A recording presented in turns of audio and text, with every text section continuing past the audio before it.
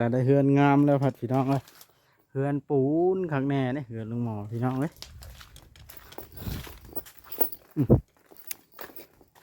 เบิ่งกันเมื่อยนอนอยู่วัดแล้วมานอนอยู่นี่อีกเนาะนี่แต่ได้กล้วยวัดขึ้นมากินพร้อมบาเนี่ย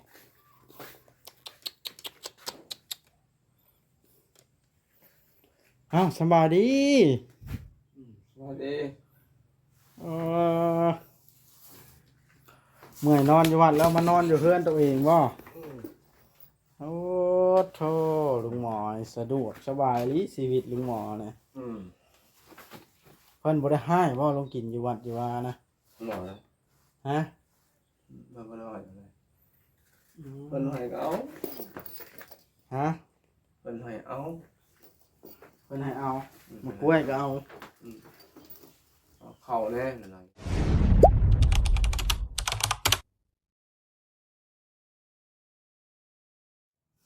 โดยพี่น้องไปเปิดภาพขึ้นก็เริ่มถ้าเป็นค่อยๆลงยามแรงเติบแล้วมาเซ็กประต่างประตูให้ลุงหมอพี่น้องเอ้ยแวะเวียนเข้ามาเยี่ยมบ้านเราขับรถมาจอดจึกนี่เลยพี่น้องเอ้ยโอ้เฮือนลุงหมอสะอาดสะอ้างแท้อันนี้เป็นตาอยู่เย็นอะไรเด้ว่าสิง่ายนี่ลงมาให้เราผัดว่าเราจับหลอกก็ได้ซ้ำนี่เราก็หลอกคันได้เราก็ถึงอยู่เราคันได้ลงมาก็คือเก่าแหละเราเลยบ่ง่ายพี่น้องเอ้ยเฮือนซานขาดแต่เมียแล้วมาอยู่น้ำทำมาหากินก็ได้เฮือนงามแล้วผัดพี่น้องเลยเฮือนปูนข้างแน่เนี่ยเฮือนลุงหมอพี่น้องเลย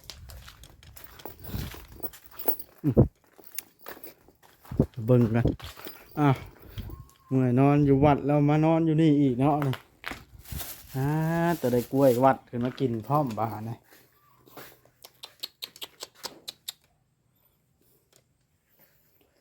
สบายดีสวัสดีเมื่อยนอนอยู่วัดแล้วมานอนอยู่เฮือนตัวเองบ่โอ้โธ่ลุงหมอสะดวกสบายลิชีวิตลุงหมอเนี่ยเพิ่นบ่ได้ให้บ่ลงกินอยู่วัดอยู่ว่านะหมอนะฮะมันบ่ได้อะไรเพิ่นให้เอาฮะเพิ่นให้เอาเพิ่นให้เอามากล้วยก็เอาเข้าแน่นั่นน่ะเอาข้าวเหนียวนะบ่กับอาหารเพิ่นเอานั่นน่ะข้าวในห้องน้ำบ่ได้นะห้องน้ำเชื่อไว้หั่นลุงลั่นเขาว่ามานอนอยู่เพื่อนเจ้าไปตะพุ่นคืนนี้ก็นอนอยู่วัดท่านจักสิเสือไผบ้านพี่น้องเอ้ยบ่เอา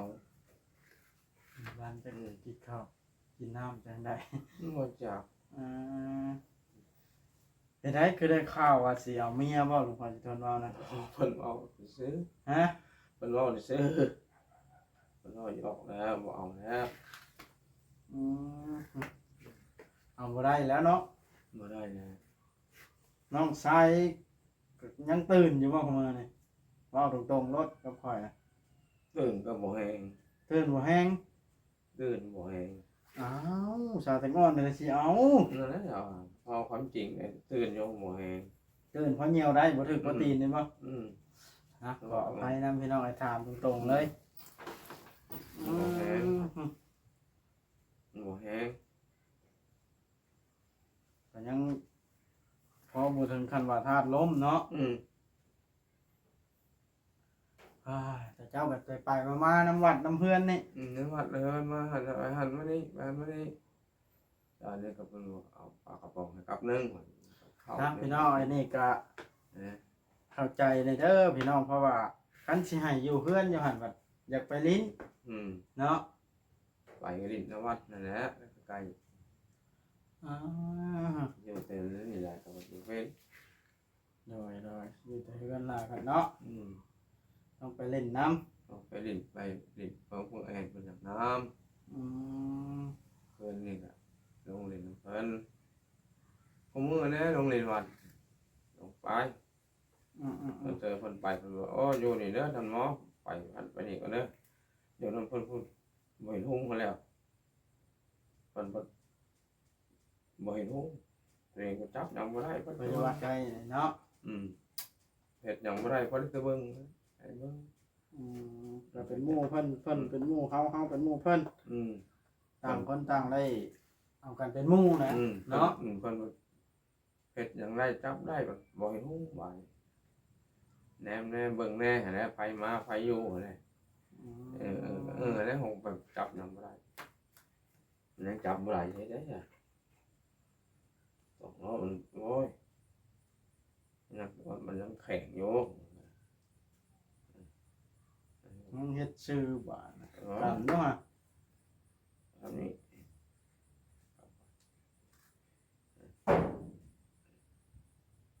อันนี้ก็เจ็บนะเจ็บเจ็บขังนี่ อันนี้ งั้นกันสิลองชูหน่อยนี่ số nó có một chép nó cái bịp chép đấy cái khinh đấy khinh đấy không chậm một lại đấy แม่นบ่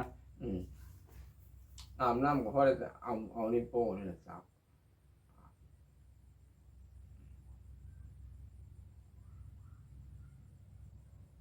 bỏ áo cáiนั้นนี่ไปโลดบ่เอาแล้วส่งเธอล่ะ จะบ่เอาแต่แท้เนาะ บ่อยู่แล้วก็อยู่พูดแล้วแต่บ่มาวุ่นวายนำเห็นแล้วบ่คักแล้วบ่คักในใจเฮา เห็นลิเห็นลายแล้ว อย่าแล้วเอาเฉพาะนี้แล้วอย่างนี้จะอยู่นี่เห็นร้ายแล้วเห็นร้ายแล้วเฉพาะเนี่ยก็อยากเห็นแล้ว เนาะพินัยกรรมสมมุติเบิดบุญท่านหมอนี่ก็เว้าสมมุตินะเจ้าสิเซ็นให้ไผในลูกสาวเว้าหรือไผ ไม่รู้ ให้อีกองคำนะ ไม่รู้ ลูกทางสิบ่มาเทื่อก็ต้องให้ลูกเนาะ ต้องให้ลูก จีบชัวร์แล้วมันเมื่อไรยามไรก็ยานะต้องให้ลูก ลูกสาวเนาะ ให้ลูกสาวบ่ให้ไผหมู่ลูกคนสิบ่เบิ่งพ่อก็ยามก็ยังน้อยนะเราผู้ใดไปก่อนผู้ใดกำลังนะสมมุติตัวหน้าไปนะมันต้องมาเมื่อนั้นก็เห็นโทรศัพท์พ่อถือมันก็อยากได้นำพ่อโอ้ยลูกคนสิให้น้องทำเปล่าแล้วก็คอยลูกนะ ลูกอยากได้โทรศัพท์นำ โทรศัพท์น้ำว่าเอาไปเนี่ยกับพ่อของผมมีแล้วลูกเอ้ยวันนึงอะขอเงินน้ำพ่อขอเอานั่นมาหน่อยวันว่าพ่อของผมมีลูกเอ้ย ว่านี่ขอเงินน้ำพ่อ ขอเงินน้ำพ่อ อยากลงเรียนนะเนาะก็ได้แล้วลูกเจ้า ปอสี่ ก็สี่แล้ว ปอสี่ ใหญ่เต็มแล้วเนาะ ก็เกิดอย่างไรหาเป็นไม่น้ำตาตกแล้วมัน เจ้ากับลำพังไปมาๆเนี่ยยังลำบากก็แห้ง ลำบาก ให้หรือบ่ได้เนี่ย ลำบากคอยลูกนะคอยมันพ่อก็ยังไม่ได้ลูกของคนพ่อของผมนี่ได้ก็ลูกของเขาโซ่เลยลูกมาเขาก็ไม่ได้เพิ่งเลยไอ้ย่าเขาก็ตั้งใจได้อยู่เขาทำไม่ได้ไปเลยลูกเอ้ยไม่ได้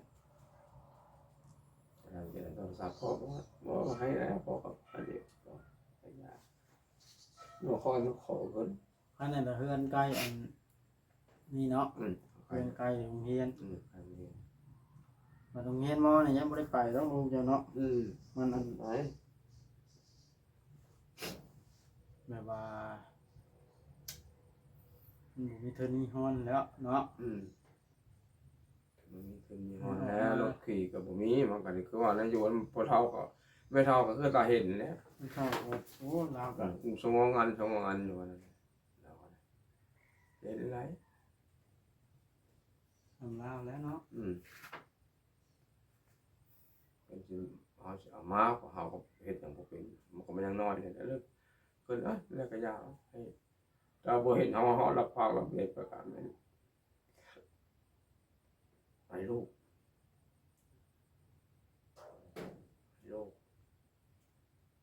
มันส่งขึ้นน้ำหลังบ่ขึ้นแล้วก็ยาเท่านั้นเลย อืม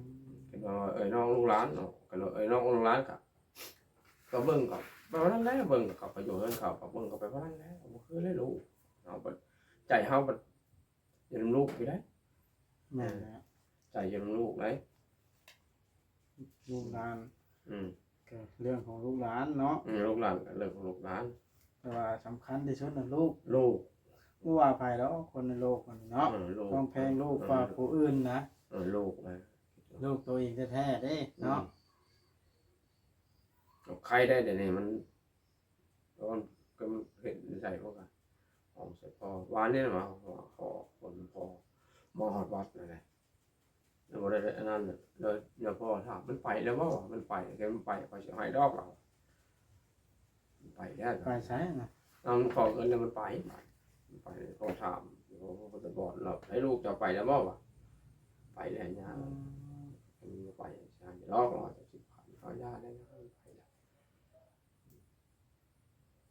อืมเหมือนใจด้วยนะมึงชีวิตคนไทยก็ได้ ก็สู้มาหมดอันนี้ ลูกใจลูกหมอเอ้ยเมียก็อยากลงทุนอย่างนี้นะ อืม อยากลงทุนซื้อเครื่องของเสื้อผ้ามาขายลาวอ่ะ อืม บ่ได้เงินหาเงินเติมกันกับผัว ธรรมดาแล้วโอ้ยมาหานะใครมันพอได้พอไปได้เนาะ เราขอน้ำค่อย ได้สัก400-500เหรียญก็พอแล้วเราอ่ะเราปัดคอยปัดทำยูทูบได้เงินเหรียญเนาะ เราขอเป็นได้แล้วบ่ได้ก็สิได้ 400-500เหรียญเราพอได้ลงทุนขายมันจึงได้ต่อยอดชีวิตเนาะ บ่หายังบ่ได้แล้วบ่หาได้ไปเป็น พอดีว่าเปิดผลแล้วได้เราไปขายเครื่องได้บ้านใช้สลิงเป็นแต้นไป มันโหเลยขายแต่เราก็บุญนี้แหละมื้ออื่น พอได้ขาย มื้อนี่ก็มาบ่วันละบาทนี่ก็ขาย เก็บเล็กเก็บน้อยเนาะ มื้อนี่บุญก็เมาละบาทแล้วมาเอาก็ได้ขายได้เท่าไหร่ก็เอาเราใส่สลิงไปขายไปหาไปบ่หาได้ก็ค่อยใช้แล้ว ให้แน่แต่อัน รถค่อยกับพ่อนเดือนนี้ก็วิทย์แล้ว นี่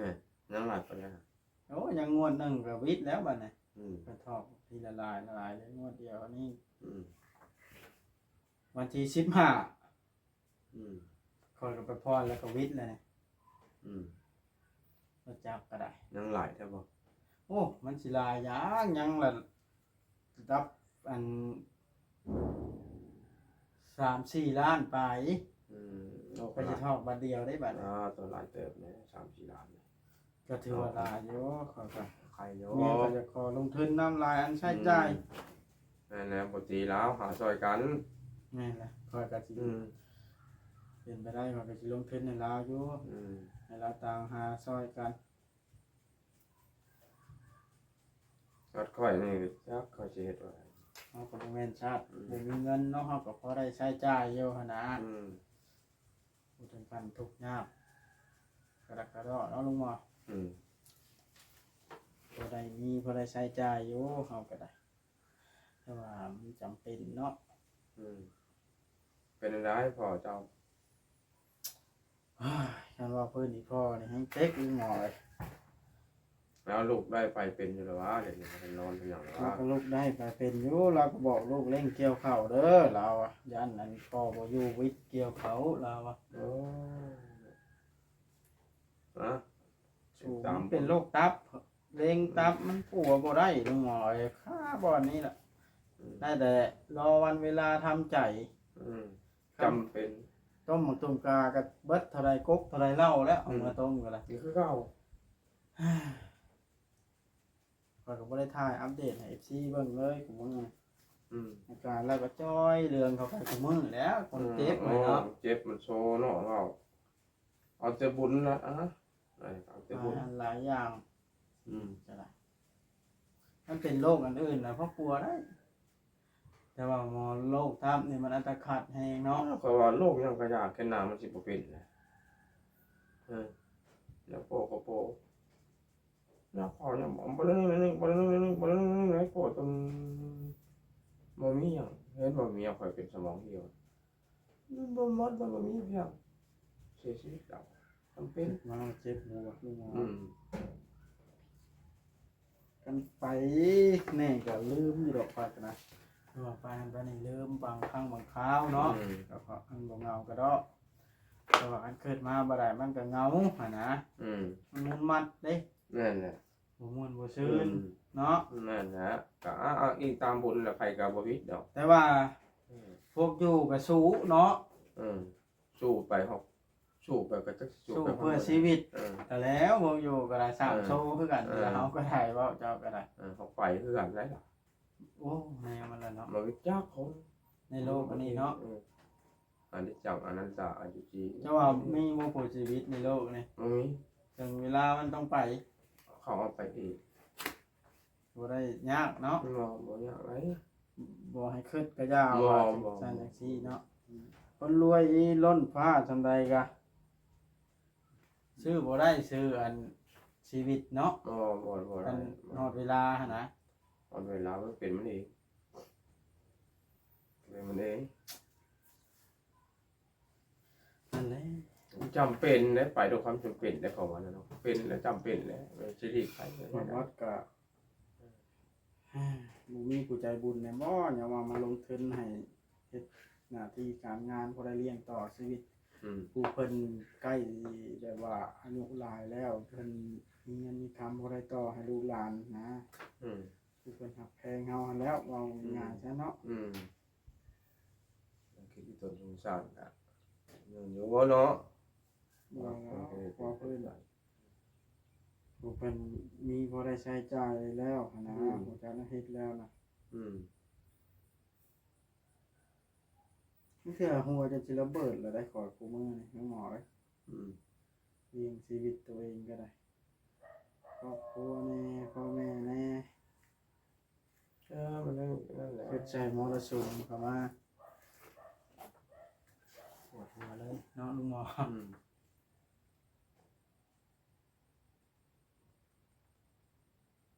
ว่าเวียนมาเยี่ยมเบิ่งเจ้าก็ได้ บอกให้ป้าให้ไล่แล้ว โยกพี่น้องเลยเวียนมาเยี่ยมลุงหมอ วันนี้แล้วสาเหตุเนี่ยมาจากแล้ววัดนี้เดี๋ยวนี้เป็นวัด เจ้านี่ไปก็คือชีวิตว่างแล้วล่ะรถคอยก็ได้ตัวพื้นรถก็ได้เพราะว่า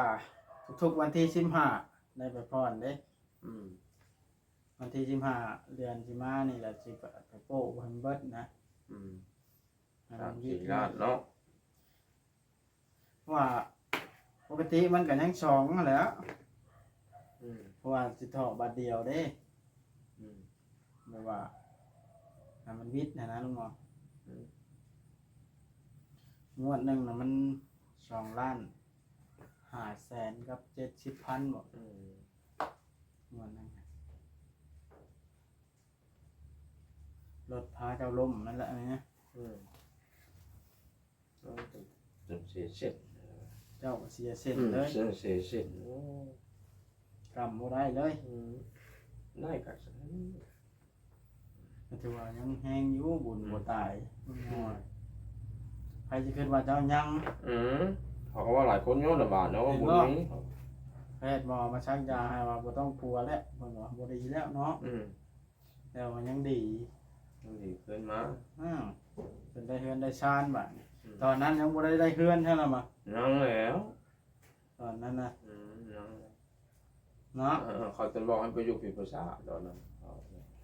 มันจะ ไปสิอยู่จะต้องนำอยู่นะไปยังก็ได้เลยชาญไม่ใช่จะบุญเพิ่นเกิดเห็นเกิดดีโดยสงสารเพิ่นทำบุญให้เพิ่นก็ได้บุญเฮาเพิ่นก็เลยยกเสียเก้าเท่าเสียหัวเขาก็เลยเฮ็ดได้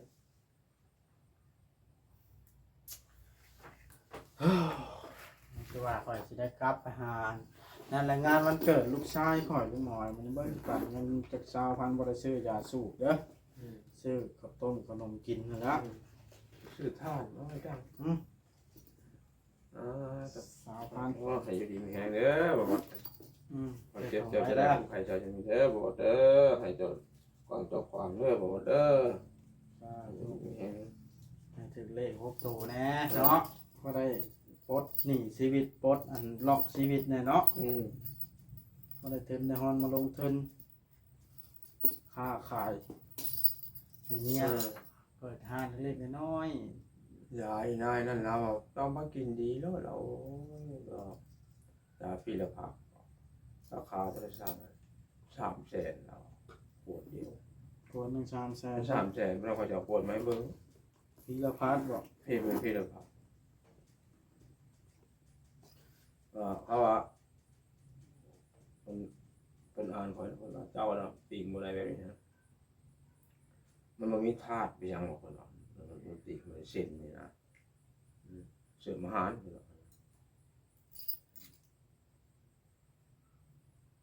มันนอนกลางคืนก็เราจะนั่งก็รอมันธรรมดาเลยเราก็เข่ง น้องลูกหมอจะคอยสิได้กลับแล้วลูกหมอเลย โดย มานี่วันเกิดลูกชายคอย โดย คอยสิได้ไปกาเกมเตรียมเครื่องให้อันนั้นจัดปีอันนั้นให้มันครบ3 ปีเพิ่นเนาะมันจะอยู่ดีไม่แห้งปีหน้าก็บ่ได้จัดดอกบัดน่ะวันที่10เดือน10ลูกชายเขาเกิดนะแล้วแม่นแต่แท้ครบรอบ9 ปีนี่8 ลงน้ำก่อนไปเที่ยวอาบเลยเบิดบาน น้ำเจ้าวะกลับก่อนเด้อลุงหมออยู่ดีมีแห้งสู้ๆเรื่องนมรั้นเครื่องคองปล่อยเลยซะเนาะ ย่านะยังที่ชงกระเดียนั่นน่ะน่ะชงบ่เชิญนี่นั่นแหละผมเอาเลยไปแต่พุ่นเลย ยังแต่อันนี้บ่ของนมรั้นนะ มานอนเลยคืนนี้ไปนอนอยู่วัด อืม